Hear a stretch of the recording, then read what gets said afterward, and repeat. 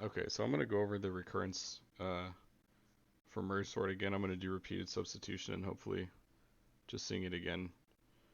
I'm going to probably try to be as explicit as I can in what I'm doing. Just hopefully that'll help with the understanding. But so this here is the recurrence, and then I just want to go over this again. So this 2 is when you call merge sort, you're calling the recursive. You're making two recursive calls, one for the left and right half of the array. So that's why there's a 2 there. This n over 2 is because when you are calling these recursive calls, every time you make that call, you're going to have an input size that is half of the previous input size. Uh, so this is, and here is when you are looking at all these to put them back in sorted order, you have to look at each element at least one time. So that's a linear operation because you're looking at all of them potentially. If you're combining the left and right half, you have to look at all n elements in the array. So that's why that's there. And then this +1 is the constant.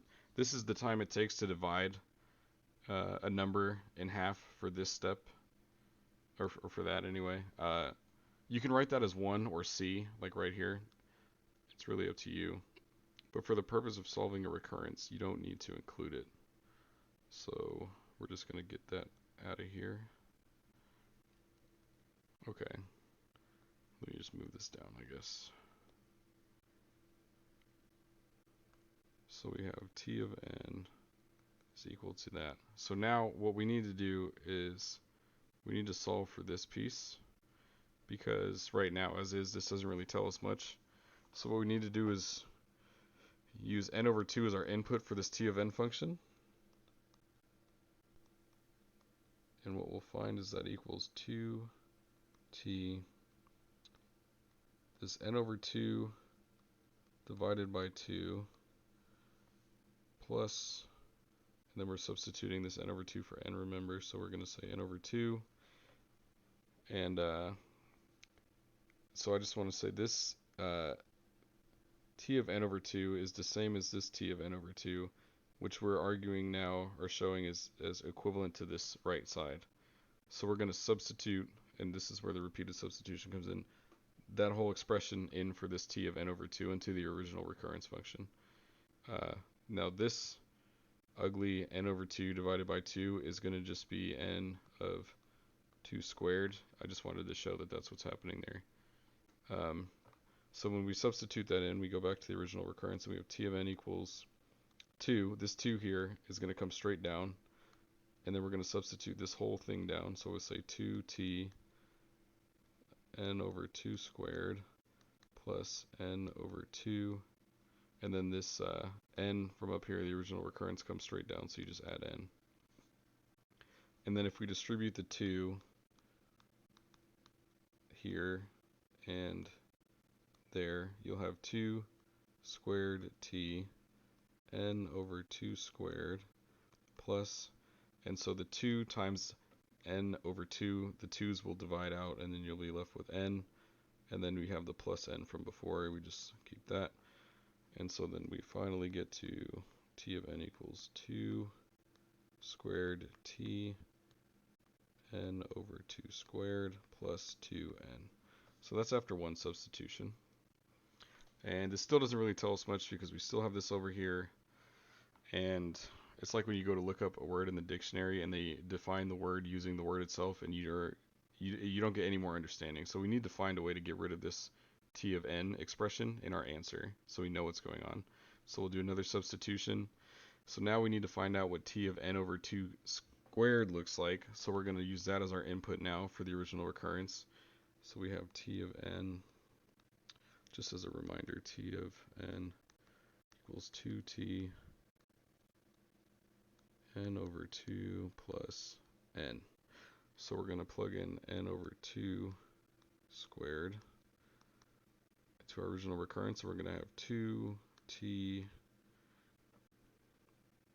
and so now this n over 2 squared, we're going to plug in for the n up here, but we're still dividing by 2. So what's going to happen is we're going to have n over 2 cubed plus, and then we're still going to plug in n squared for this n, or sorry, not n squared, n over 2 squared for that n right there. So we'd have n divided by 2 squared. And so now we're saying that this t of n over 2 squared is equivalent to this t of n over 2 squared, and we're saying that this is what it equals, and then we'll substitute again. And so now we'll have something that looks like this. And so here you bring the 2 squared down as is, and then you're going to put this in brackets. This is where you're arguing the t of n over 2 squared is going to be. So we say 2t n over 2 cubed plus n over 2 squared. And then we still have this plus 2n, so we'll bring that down. And so what you see is if you distribute this 2 squared here and here, you'll have t n equals 2 cubed t n over 2 cubed plus, and then so you'll see that these 2 squared and 2 squared will divide out, and you'll be left with n plus 2n. And just for simplicity, I'm going to not rewrite out this whole equation just to write 3n here. And so hopefully by this point you start to recognize a pattern. You know, for each substitution you're going to add a power here, here, and add one to the constant here. So what we can do is we can start to make an argument for what's going to happen at the base case. And anytime you have a function where, or anytime you divide something in half every time you iterate through, that's what we call logarithmic. So you can argue here that since every time you're taking this input of n and you're dividing it in half, it'll take you log base 2 n calls to the function to get to the base case.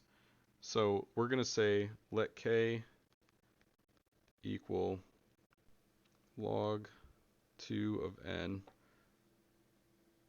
to get us to the base case.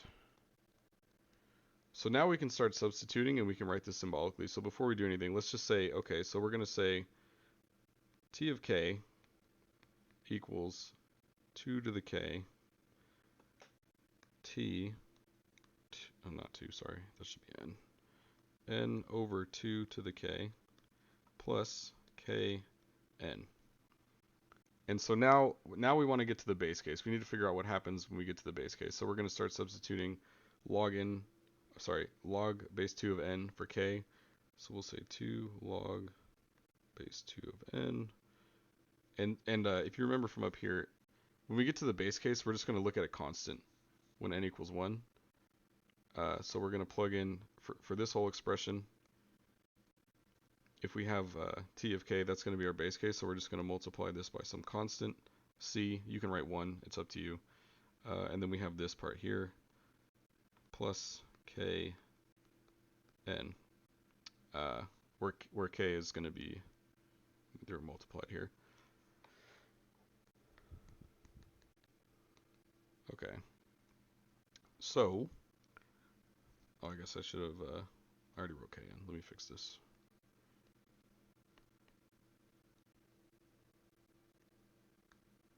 So now we have n times log 2 of n. And so the log base 2 of n is k again.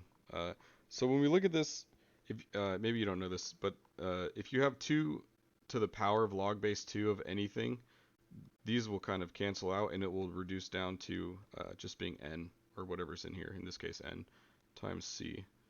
So this expression is linear, where you have some constant times n. And as far as big O is concerned, you can kind of ignore that constant, but I'll leave it here. And then you have plus n log n.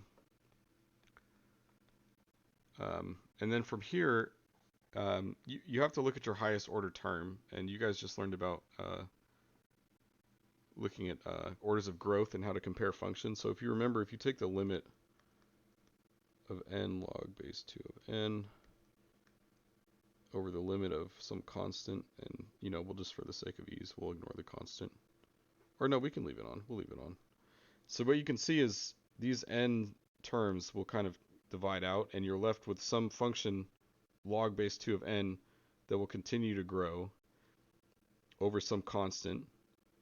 And so the limit of that function as n approaches infinity is also going to approach infinity, which would tell you that n log base 2 of n is going to be your higher order term. Or it would be the big O of, function that is just n times some constant. So the big O, when you're done solving this recurrence, you're going to take the n log n term, and you're going to just kind of ignore this smaller term.